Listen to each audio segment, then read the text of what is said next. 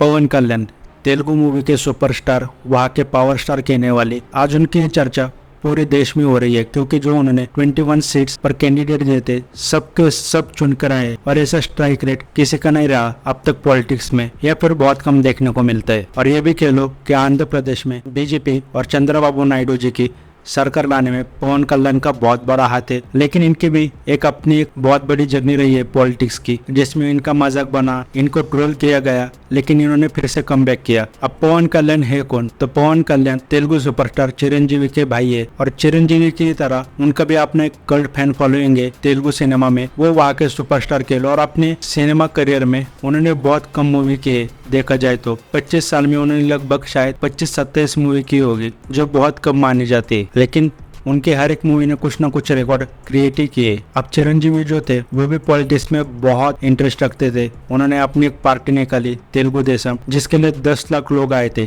जब पार्टी की अनाउंसमेंट हुई थी, और वो पार्टी थी कांग्रेस के खिलाफ। लेकिन ये कह लो कि चिरंजीवी जी सक्सेसफुल नहीं रहे, उनको कांग्रेस के अंदर अपनी पार्टी को शामिल करना पड़ा, यानी जिस पार्टी के खिलाफ थे उसी में वो मर्ज हो गए। और इसी पार्टी के यूथ विंग लीडर थे पवन कल्याण, उनको ये फैसला मंजूर नहीं था, तो उन्होंने चिरंजीवी के पार्टी से निकलकर अपनी पार्टी बनाई जनसेना, जो कि 2014 में ही बनी थी जब नरेंद्र मोदी जी प्राइम मिनिस्टर बने। अब इसमें एक चीज थी कि चिरंजीवी जी वो कहते कि मेरे पॉलिटिक्स में जाना सबसे बड़ी गलती है और किसी भी सेलिब्रिटी को पॉलिटिक्स में नहीं जाना चाहिए। अमिताभ बच्चन जी का भी यही कहना है, और अमिताभ बच्चन जी ने चिरंजीवी को यही बताया था कि पॉलिटिक्स में मत जाना, ये तुम्हारी बहुत बड़ी गलती होगी। और चिरंजीवी ने कहा था कि मैंने उस वक्त अमिताभ जी की बात क्यों नहीं सुनी, इसका मुझे बहुत रिग्रेट होता है। लेकिन अमिताभ जी ने ये बात पवन कल्याण को भी बताई, लेकिन उन्होंने कहा कि पवन कल्याण इतना पैशनेट है पॉलिटिक्स को लेकर, तो मैं उनको ये एडवाइस नहीं दे सकता। और यही हुआ, जहाँ पर चिरंजीवी के बाद कोनिडेला फैमिली से कोई पॉलिटिक्स में सफल नहीं हो पाया, या फिर लोगों को लगा अब इनके फैमिली से कभी कोई पॉलिटिशियन ही नहीं बन सकता, क्योंकि रामचरण दिल ले लो,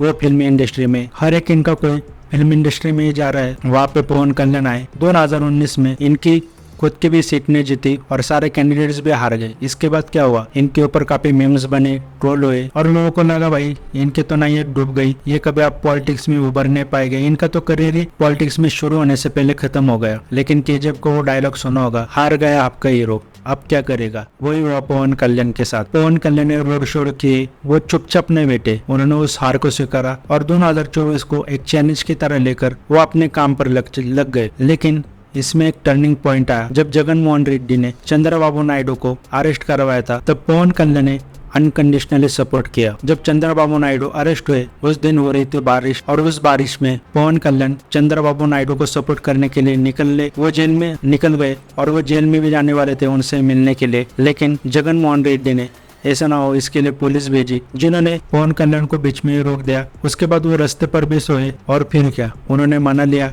चंद्रबाबू नायडू, बीजेपी, इन दोनों को साथ आने के लिए। और यही चीज थी कि जो उनके 21 कैंडिडेट्स थे वो सारे चुन के आए, और साथ में उन्होंने और भी चीजें सामने लाई, ऐसे ऐसे मुद्दे उठाए जो कोई अभी देश में बोलने के लिए तैयार नहीं है, जैसे फ्री टेम्पल्स, मंदिरों को छुड़वाओ। मतलब बीजेपी जिसे राइट विंग पार्टी की तरह देखा जाता है, और बीजेपी के जो सपोर्टर्स है जो बीजेपी को चीजें बोलते कि ये हमारी मांग है, जैसे फ्री टेम्पल्स ले लो, काशी विश्वनाथ मंदिर ले लो, वो सारे पवन कल्याण ने फियरलेसली सामने आकर उन सबको सपोर्ट किया और इन चीजों की मांग भी की। और इधर से ये लग रहा है कि पवन कल्याण का पॉलिटिक्स में फ्यूचर बहुत ब्राइट होने वाला है, या फिर ये कह लो कि पवन कल्याण पॉलिटिक्स के लिए बने। एक बार बोनी कपूर जी ने कहा था कि साउथ के सुपरस्टार सीएम बन सकते हैं लेकिन बॉलीवुड के नहीं, तो उसका रीजन भी वही है। माना कि साउथ के सुपरस्टारों को वहाँ लोग पूछते भगवान मानते, लेकिन साउथ के सुपरस्टार कहीं ना कहीं जो रिस्क लेते उन्हें भी हमें मानना पड़ेगा। वो फिर चाहे अरेस्ट हो, या फिर पवन कल्याण की पॉलिटिक्स की वजह से